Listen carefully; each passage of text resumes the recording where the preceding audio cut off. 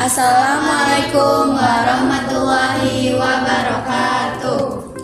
Perkenalkan, kami dari kelompok 4 dari kelas R7B dengan anggota kelompok kami yaitu saya sendiri Sylvia Dwi Apriani dengan NPM 2022-4150-0070 dan juga saya Said Tagilal Mustafa dengan NPM 2022-4150-0150. Saya Diana Febrianti Putri dengan NPM 2022-415065. Saya Fizara Purnomo dengan NPM 2022-415085. Saya Magufira Wahdania Putri dengan NPM 2022-415086. Saya Gina Febriani dengan NPM 2022-41500074. Baik, jadi tujuan kami untuk membuat video ini adalah untuk memenuhi tugas dari mata kuliah evolusi terkait dengan wawancara guru mengenai evolusi. Jadi berikut adalah video wawancaranya. Baik, Assalamualaikum warahmatullahi wabarakatuh. Ya, Ibu, jadi perkenalkan kami perwakilan dari kelompok 4 dari Universitas Indraprastha PGRI dan kebetulan kami diamanahkan dari tugas mata kuliah evolusi untuk mewawancarai salah satu guru untuk dimintai pendapatnya terkait dengan evolusi. Ya, jadi sebelumnya Ibu bisa mohon untuk perkenalan singkat dulu.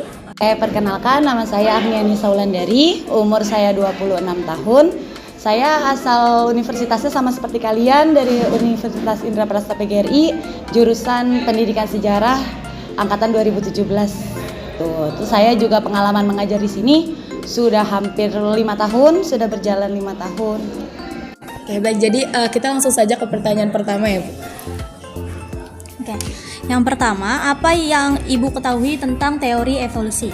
Yang saya ketahui dari teori evolusi adalah teori ilmiah yang menjelaskan tentang perubahan makhluk hidup dalam waktu yang cukup lama. Yang kedua, apa yang Ibu ketahui tentang Lamarck, Darwin, dan seleksi alam?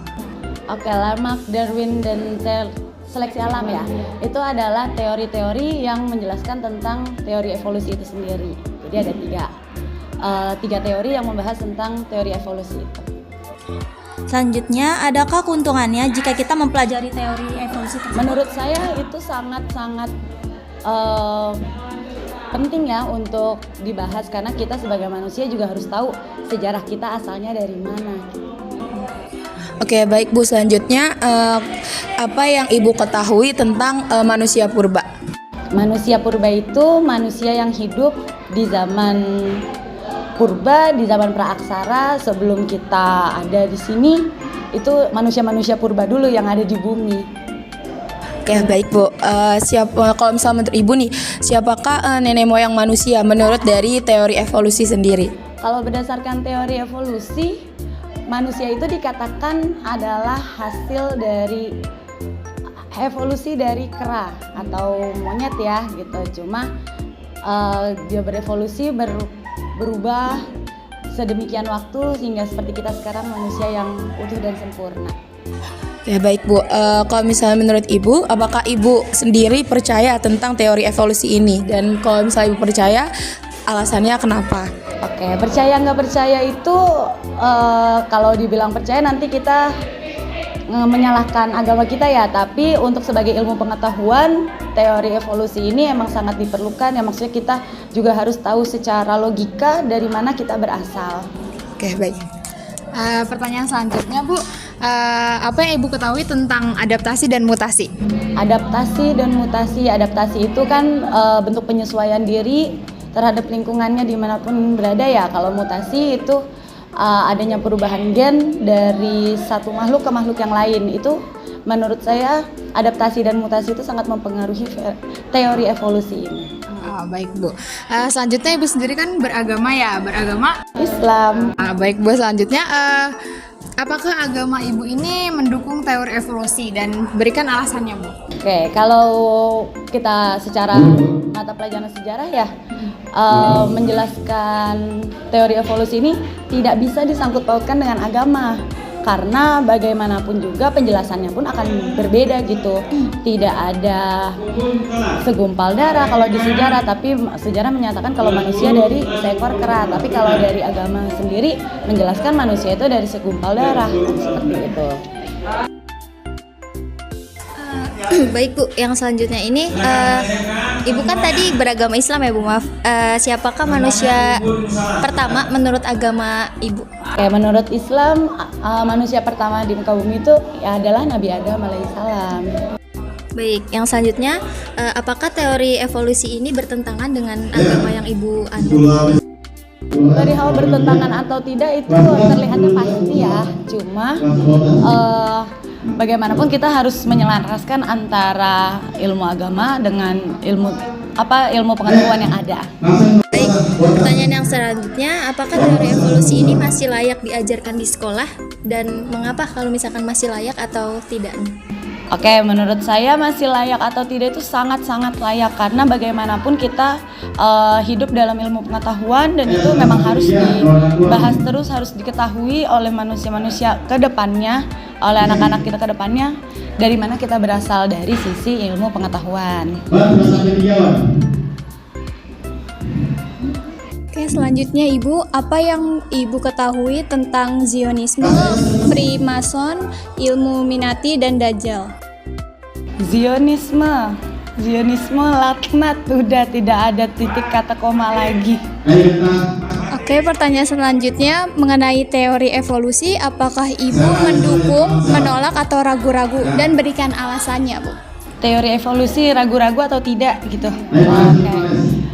Kalau saya pribadi tidak, karena itu juga ada bukti penelitiannya ya. Karena dari sejarah itu kita tidak bisa mengetahui pengetahuan suatu informasi kalau tidak diteliti. Jadi ragu-ragu atau tidak itu tidak, karena memang sudah dibuktikan lewat ilmu pengetahuan.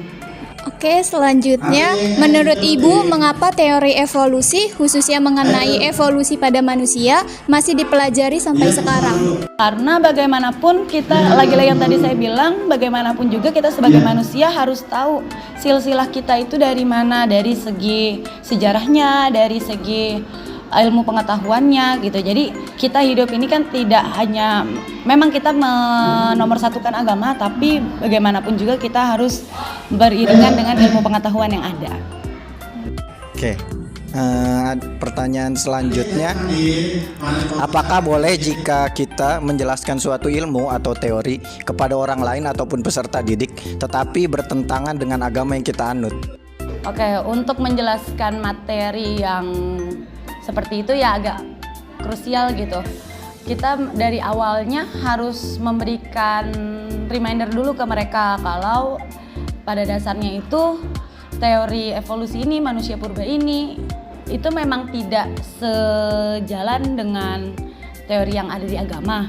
Tapi kita juga sebagai manusia kan hidup beriringan dengan ilmu pengetahuan. Jadi harus bisa memisahkan antara ilmu agama dengan ilmu pengetahuan itu sendiri. Oke, pertanyaan terakhir. Bagaimana cara Ibu menjelaskan teori evolusi kepada peserta didik? Oke, kalau saya karena memang ada mata pelajarannya ya, memang ada materinya, jadi menjelaskannya seperti adanya sesuai sama materi yang emang harusnya disampaikan. Tapi yang tadi saya bilang di awal memang harus diberikan stimulus dulu kalau ini itu hanya ilmu pengetahuan. Jadi kita kasarnya cukup tahu saja gitu dengan teori yang ada. Selebihnya mereka mau percaya, mau mempercayai atau tidak, mau menindaklanjuti itu atau tidak, itu kita kembangkan sendiri, anak-anak kembangkan sendiri, dan kita hanya bisa memfasilitasi.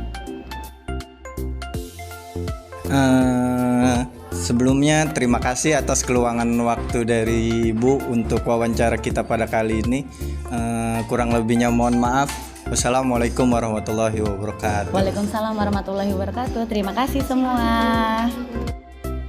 Kami meyakini bahwa perbedaan bentuk tubuh atau sifat antar makhluk hidup lebih disebabkan oleh adaptasi dan variasi, bukan karena mereka berevolusi menjadi spesies baru. Menurut kami, teori evolusi hanya sebatas hipotesis ilmiah yang belum bisa dibuktikan sepenuhnya, karena tidak ada bukti nyata bahwa satu jenis makhluk hidup berubah menjadi jenis lain secara total. Menurut kami, teori evolusi itu adalah pembelajaran bahwa keberagaman makhluk hidup di dunia tidak terjadi secara tiba-tiba, tetapi melalui proses panjang perubahan gen dan penyesuaian diri terhadap lingkungan. Menurut kami, teori evolusi belum memiliki bukti yang benar-benar kuat untuk menjelaskan asal-usul manusia dan makhluk hidup lainnya. Banyak bukti fosil yang masih bersifat dugaan, sehingga teori ini tidak bisa dijadikan satu-satunya dasar kebenaran ilmiah. Kami berpendapat bahwa teori evolusi sebaiknya dipelajari sebagai bagian dari sejarah ilmu pengetahuan, bukan sebagai kebenaran mutlak, karena masih ada banyak pandangan ilmiah dan keagamaan yang tidak sejalan dengan teori evolusi tersebut. Kami berpendapat bahwa teori evolusi sebaiknya tetap dipelajari sebagai wawasan ilmiah, namun perlu disampaikan dengan bijak agar tidak menimbulkan kesalahpahaman. Siswa perlu diarahkan untuk tetap menghargai ilmu pengetahuan tanpa mengabaikan nilai iman dan keyakinan yang diyakini. Terima kasih atas pendapat yang sangat beragam dan kritis mengenai teori evolusi. Semoga pandangan yang disampaikan menunjukkan bahwa kalian telah berpikir secara mendalam dan berusaha memahami konsep ini dari berbagai sudut pandang baik ilmiah maupun keagamaan. Dalam sains, teori evolusi emang bukan kebenaran mutlak, tetapi merupakan penjelasan ilmiah yang paling kuat sejauh ini berdasarkan bukti yang terus diperbarui. Fosil dan genetika menjadi dasar ilmiah yang mendukung teori ini, meskipun masih ada ruang untuk penelitian dan penyempurnaan. Saya sependapat bahwa teori evolusi sebaiknya dipelajari secara bijak, dengan tetap menghormati nilai-nilai keimanan yang diyakini. Melalui pembelajaran ini, diharapkan siswa dapat memahami bahwa sains berupaya menjelaskan bagaimana proses kehidupan berlangsung, sementara keimanan membantu kita menjawab mengapa kehidupan itu ada. Dengan demikian, ilmu dan iman dapat berjalan berdampingan dalam memperkaya cara kita memahami alam semesta dan kehidupan. Sekian video dari kelompok kami. Jangan lupa like dan komen. Kurang lebihnya mohon maaf. Wassalamualaikum warahmatullahi wabarakatuh.